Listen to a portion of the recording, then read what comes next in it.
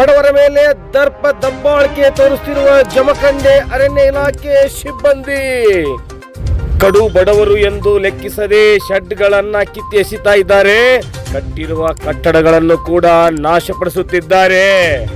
ಉಳ್ಳವರಿಗೆ ಒಂದು ಕಾಯ್ದೆ, ಬಡವರಿಗೆ ಒಂದು ಕಾಯ್ದೆ. ಏನ್ರಿ ಅರಣ್ಯ ಇಲಾಖೆ ಅಧಿಕಾರಿಗಳೇ, ನೀವು ಮಾಡುತ್ತಿರುವಂತದ್ದು ನ್ಯಾಯಬದ್ಧವಾಗಿದೆಯಾ? ಜಮಖಂಡಿ ನಗರದ ಮಹಾಲಿಂಗೇಶ್ವರ ಮತ್ತು ಜಯನಗರ ಕಾಲನಿಯಲ್ಲಿ ಕಳೆದ 30-40 ವರ್ಷಗಳಿಂದ ಅನೇಕ ಜನ ಬಡವರು, ಅನೇಕ ಜಾತಿ ಧರ್ಮದ ಬಡವರು ವಾಸವಾಗಿದ್ದಾರೆ. ಜಮಖಂಡಿಯ ಅನೇಕ ಜನಪ್ರತಿನಿಧಿಗಳು ಈ ಬಡವರಿಗೆ ನ್ಯಾಯ ಸಿಗಲಿ ಅಂತ ಅರಣ್ಯ ಇಲಾಖೆಗೆ ಸೇರಿರ್ತಕ್ಕಂಥ ಜಮೀನನ್ನು ನಗರಸಭೆ ಜಮಖಂಡಿಯವರ ಹೆಸರಿಗೆ ತೆಗೆದುಕೊಂಡು ಅನೇಕ ಮನೆಗಳನ್ನು ಸಹ ನಿರ್ಮಾಣ ಮಾಡಿದ್ದಾರೆ. ಮನೆಗಳು ಅಷ್ಟೇ ಅಲ್ಲದೆ ನಿವೇಶನಗಳನ್ನು ಸಹ ಕೊಟ್ಟಿದ್ದಾರೆ, ಹಕ್ಕು ಪತ್ರಗಳನ್ನು ಸಹ ಕೊಟ್ಟಿದ್ದಾರೆ. ಯಾಕಂದರೆ ಇಲ್ಲಿ ವಾಸ ಮಾಡುತ್ತಿರುವಂಥ 40-50 ವರ್ಷಗಳಿಂದ ಇರುವಂಥ ಬಡವರಿಗೆ ನ್ಯಾಯ ಸಿಗಲಿ ಅಂತ ಹೇಳಿ. ಆದರೆ ಹಿಂದೆಂದೂ ಅರಣ್ಯ ಇಲಾಖೆ ಸಿಬ್ಬಂದಿಗಳು ಯಾವ ಕಾರಣಕ್ಕಾಗಿಯೂ ಕೂಡ ತೊಂದರೆ ಕೊಟ್ಟಿರಲಿಲ್ಲ. ಆದರೆ ಇತ್ತೀಚಿನ ದಿನಗಳಲ್ಲಿ ಸುಖ ಸುಮ್ಮನೆ ಬಂದು ಜನರಿಗೆ ತೊಂದರೆ ಕೊಡುವಂಥದ್ದು ಸರ್ವೇ ಸಾಮಾನ್ಯವಾಗಿದೆ.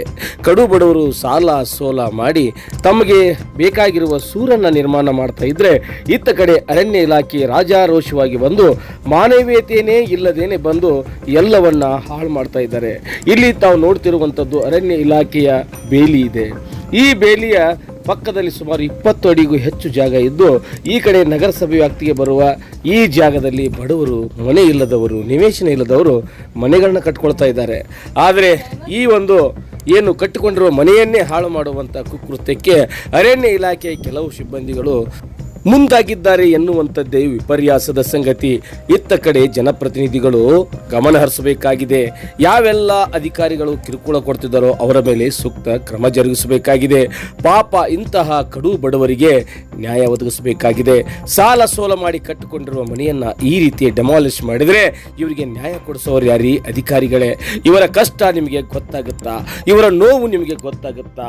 ಇವರ ಕಣ್ಣೀರಿನ ಕತೆ ನಿಮಗೆ ಅರ್ಥ ಆಗುತ್ತಾ? ಅಧಿಕಾರಿಗಳೇ, ಈ ಕುರಿತು ಇಲ್ಲಿ ನಿರಾಶ್ರಿತರಾಗಿರ್ತಕ್ಕಂಥ ಜನ ಏನ್ ಹೇಳಿದ್ದಾರೆ ಕೇಳ್ಕೊಂಡು ಬರೋಣ ಬನ್ನಿ. ಹೇಳ್ರಿ. ಇದ್ರ ಉತ್ತಾರದ ಎಲ್ಲ ಅದನ್ನ ಫಾರೆಸ್ಟ್ದವ್ರು ಕಟ್ಬೇಡ್ರಿ ಅಂದಾರ. ಇದನ್ನ ಒಟ್ಟ ಕಟ್ಟಕ್ ಹೋಗ್ಬೇಡ್ರಿ, ಉತ್ತಾರ ಎಲ್ಲ ತಗೊಂಬಂದ್ ಫಾರೆಸ್ಟ್ ಬಂದ್ ಭೇಟಿ ಆಗತಾರ. ಅಲ್ಲ, ಅವ್ರದ್ದು ಫಾರೆಸ್ಟ್ ಅವ್ರದ್ದು ಏನ್ರಿ ಉತ್ತಾರ ತೋರ್ಸ್ಯಾರನ್ರಿ ನಿಮ್ಗೆ? ಏನೂ ಇಲ್ಲನ, ಏನು ತೋರ್ಸಿಲ್ಲನ. ಆಫೀಸ್ಗೆ ಬರ್ರಿ, ಇದನ್ನ ಕಟ್ಟಕ್ ಹೋಗ್ಬೇಡ್ರಿ, ಅಲ್ಲಿ ಮಠ ಬಿಟ್ಟು ಹೋಗಿ ಹಂಗ ನಿಮ್ಮನ್ನ ಎಲ್ಲ ಅದವನ್ನ ಬಿಟ್ಟು ಹೋಗಿ ನಿಮ್ಮನ್ನ. ಯಾಕಂದ್ರೆ ನಾವ್ ಏನ್ ಕ್ರಮ ತಗೋಬೇಕು ಓದಿದ್ವಿ ಅಂತ ಅಂಜಿಕೆ ಹಾಕಿ ಹೋಗ್ಯಾರಲ್ಲ. ನಮ್ಗೆ ಯಾರು ಬಂದಿದ್ರಿ? ಫಾರೆಸ್ಟ್ ಸಾಹೇಬ್ಗಳು ಬಂದಿದ್ರಣ್ಣ. ಲೇಡೀಸ್ ಇದ್ಲನ, ಒಬ್ರು ಗಂಡ್ಮಕ್ಳು ಇದ್ರಣ್ಣ. ಬಂದ ಇದನ್ನೆಲ್ಲ ಕಟ್ಟಕ್ ಹೋಗ್ಬೇಡ್ರಿ, ಅನ್ಕೊಂಬಿಟ್ಟ ಇದನ್ನ ಮಾಡ್ಬೇಡ್ರಿ ಅಂತ ಕೆಲಸ ಬಂದಿಟ್ಟು ಹೋಗ್ಬಿಟ್ಟಾರ. ಉಳಿದಿದ್ದೆಲ್ಲ ಕಟ್ಟಾರಲ್ಲ, ಅದು ಹೆಂಗತ್ರಿ? ಅದೇ ನಾವು ಏನೋ ಕೇಳಿಲ್ಲ.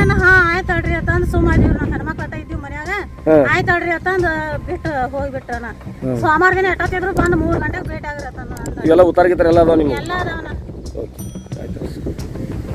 पतरस का शेड मारे से नन्हे नन्हे बच्चे देखो हमारी भू रहती है, इतने बड़े बड़े बिचवा आ रहे हैं कनी में. जरा शेड सुधार लेना करो. सुधार नहीं खोड़े तो नो फाइट का जगह है या बनने का नहीं करो बोल को. जरी जरी दीवार उठा जरा खंबे गड़ाना का, तो दीवार सब आग कल पड़ा गई. कौन आई थी? 4 जने. कौन आई थी? क्या 4 जने आई? 4 जने लेडीज कौन थे? क्या बोले हमें बंदिद्रे नहीं कत्ता बोले हमें उनको पढ़ो न को. हमें घर नहीं बंद रही, नुस्ता खंबे गड़ाने वास्ते रहती. दीवार बंद रही कहे तो घरीच बंद रही कर बोल को सबला लेकर भरा भरा भरा खोद को गए. देखो दुनिया का नुकसान कर को गए हमारा. क्या हमें सुधार लेकर रहना है कि नहीं रहना? भाड़े घर में कितने दिन रहना बोलो? हमना रहने घरा नहीं, क्या नहीं, बड़े बड़े सांपा बिचवा बच्चे लेकर रहता ही वैसा रहता है नहीं. उसमें सुधार लेकर रहना का, तो सुधार नहीं दे रहे हैं. आपको सब पड़ा गई.